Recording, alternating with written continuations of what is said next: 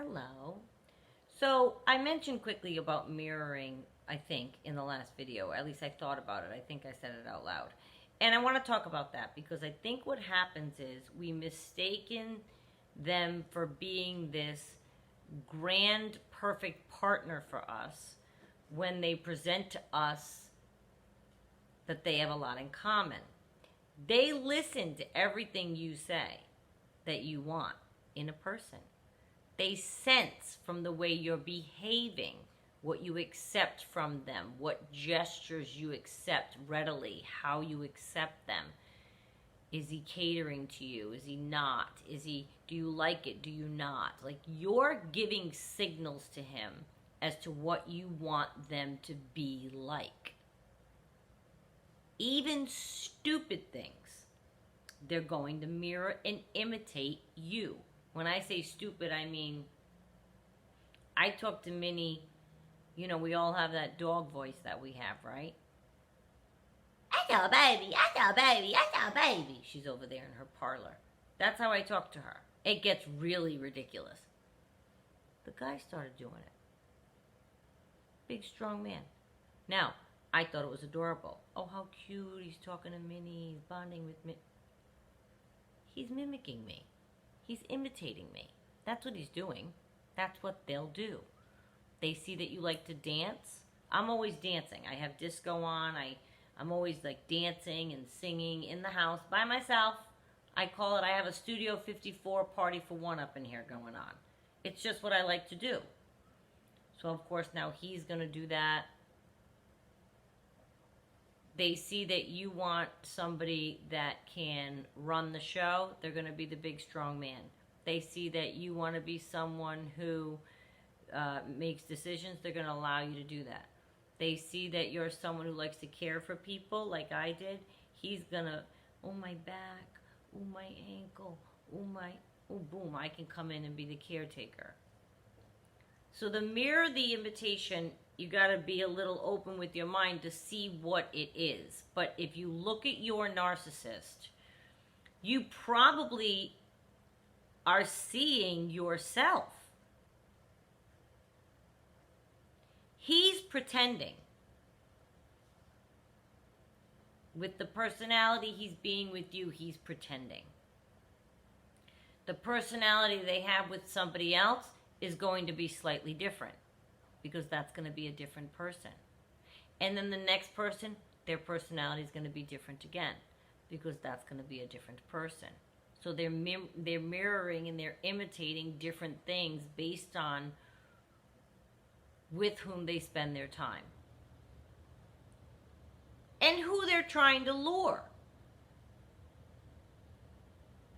I love to laugh. Well, he always had his funny on.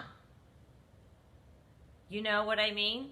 It's little things like that. And you come away from the relationship and the ever popular sentence, oh, he gets me, or he understands me, or we have a connection.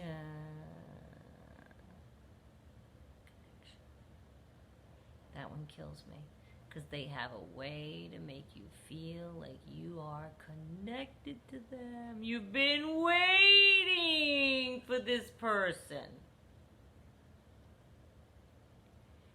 Never met anybody like this. You've never felt this way, because they are mirroring you. And I'm not to say that we want to fall in love with people like ourselves, but it certainly is our comfort level to be with somebody like ourselves. Why else do you become very good friends with this person, close to this person at work, closest with this cousin as opposed to the other cousin? I mean, there's reasons. They reflect your desires, your interests, your personality traits. They'll take on everything that they can and pass it back to you as having been them in the first place, separate from you. And, ooh, aren't you lucky that you met me, because look, ooh, I do that too, or I have that in common with you, or that's my desire as well, or we have the same ideologies, we have the same... No. None of that is correct. It's mirroring. They're like a parrot. And it is to I mean, like, poor things. I mean, that is just, they don't even know who they are. That would be torture for me. Torture for me. Because not only the changing and shape-shifting outwardly, endlessly, based upon who's in your company, but the internal questioning of who is my true self. It would haunt me. It doesn't haunt them. I guess they just shapeshift. And do they realize they're doing it? That's a good question. I mean, don't they not recognize themselves sometimes? What if the next person he's dating, which, I don't know, it's been months and months now, maybe he's on his 8th person, how different they could be. Don't you, if I changed with every person, I think I'd recognize that in the mirror. I would start to look and be like, I don't even recognize you. They don't care, I guess. They don't want to discover their true self. I mean, we discussed authentic self and how they don't have the ability to be their authentic self. So they don't even know that they can be their authentic self or who that would be. Bless their simple hearts. But you do know, and you are aware, and you can be your authentic self. So when you see things that seem off to you, like the connection is so strong, and that's always, of course, part of the love bombing, and they're laying it on so thick, and you think, wow, and you find yourself thinking sentences, let alone saying them out loud to somebody else. Wow, he is my perfect match. He's perfect for me. My girlfriend who met him, she said to me, oh my God, it's like you're cut from the same cloth. He's exactly you. You're exactly him. You look like you're made for each other. That's because that's what he wanted her to see. And that's what he made himself out to be. Same personality, jovial, loving, touchy-feely, hugging, like everything. It was just, she's like, it's like you're the exact mirror of each other. And I thought that was a great thing. I thought that was a good sign. I thought that meant we were meant to be together, and this was my long-lost soulmate, and all of those words are going to come out. And when you say them, when you feel that sentence, any of those sentences, stop cold and say, wait a minute. Is this a person who's mirroring me, imitating? You might be in love with yourself. You think you're in love with this person. They're mirroring you. And your fabulousness back to you. So you're falling in love with the fabulousness that you've set up for him to imitate. And you should love yourself. Right? We've talked about that too. But that's not what it should be. I wish to meet somebody who has their own convictions, who challenges me, who has their feet in the cement as far as their strong belief system to the core, and they have values, and they don't have to match mine. I mean, those things you should line up with somebody that has those beliefs and moral code and value systems. You should line up with those things. But not every single desire, I move left, you move left, I move right. I mean, come on. And I think back, if I had somebody saying to me, when you feel the sentence coming on, ooh, it's a connection, but stop short and question it. I think I would have recognized it then. If I had the education, I think I would have. And I think that the more education we have about every single aspect of the cycle that they do, which it seems I'm running through the cycle right now in my brain, I am, because it's been a year since the big send-off. So I can't help think of the cycles and how I was going through things and where I was and how things played out. And if somebody had told me to question and pause when I felt fabulous. It's almost like the opposite of what before narcissistic education, if you had a friend say to you they were feeling connected with someone and they were feeling, Oh my God, you'd say, go for it. Oh my God, that's wonderful. I'm so happy for you. That's the way it should be. And now I'm thinking, the second I ever feel like somebody's exactly like me, or I'm going to go, whoa, whoa, whoa, wait a minute. Are they a narcissist in disguise and doing what that insidious aspect of what they do is part of their cycle? Are they doing that? It's part of their cycle. They do it.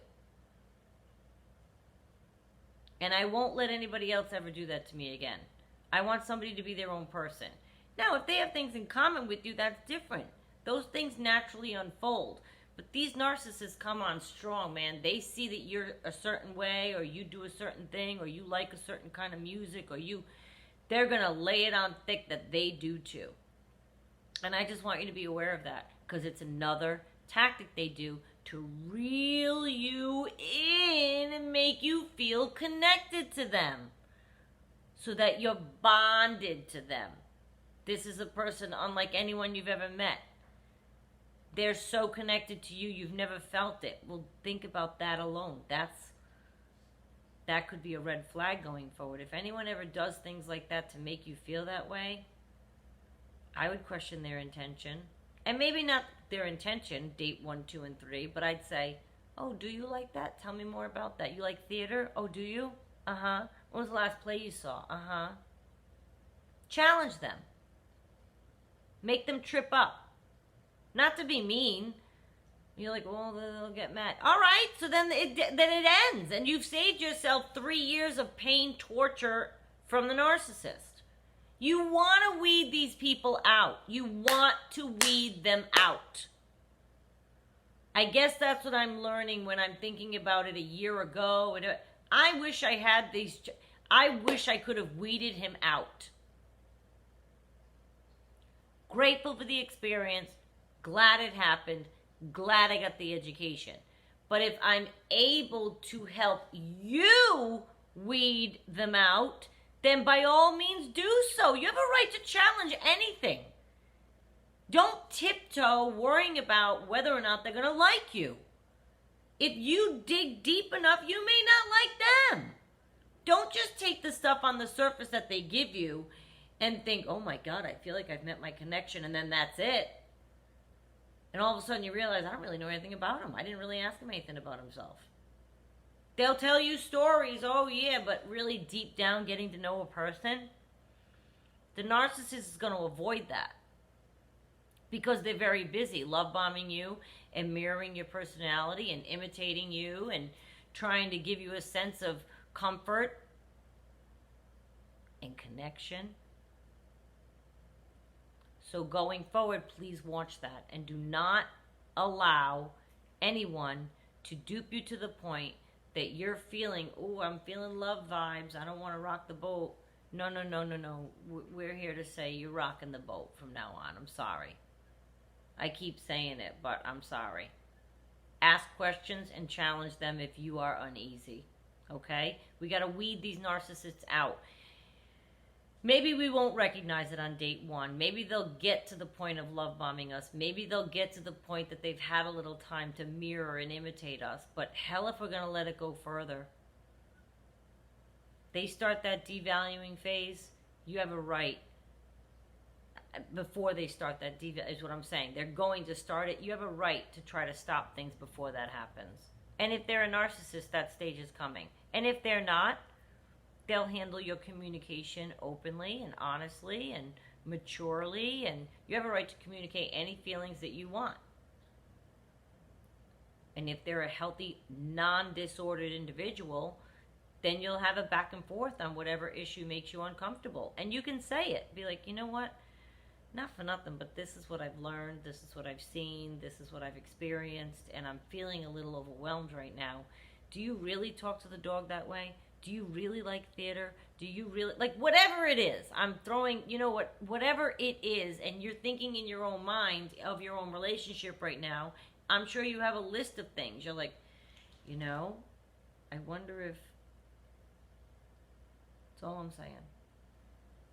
Keep your eyes open and stand for yourself in anything you want to question.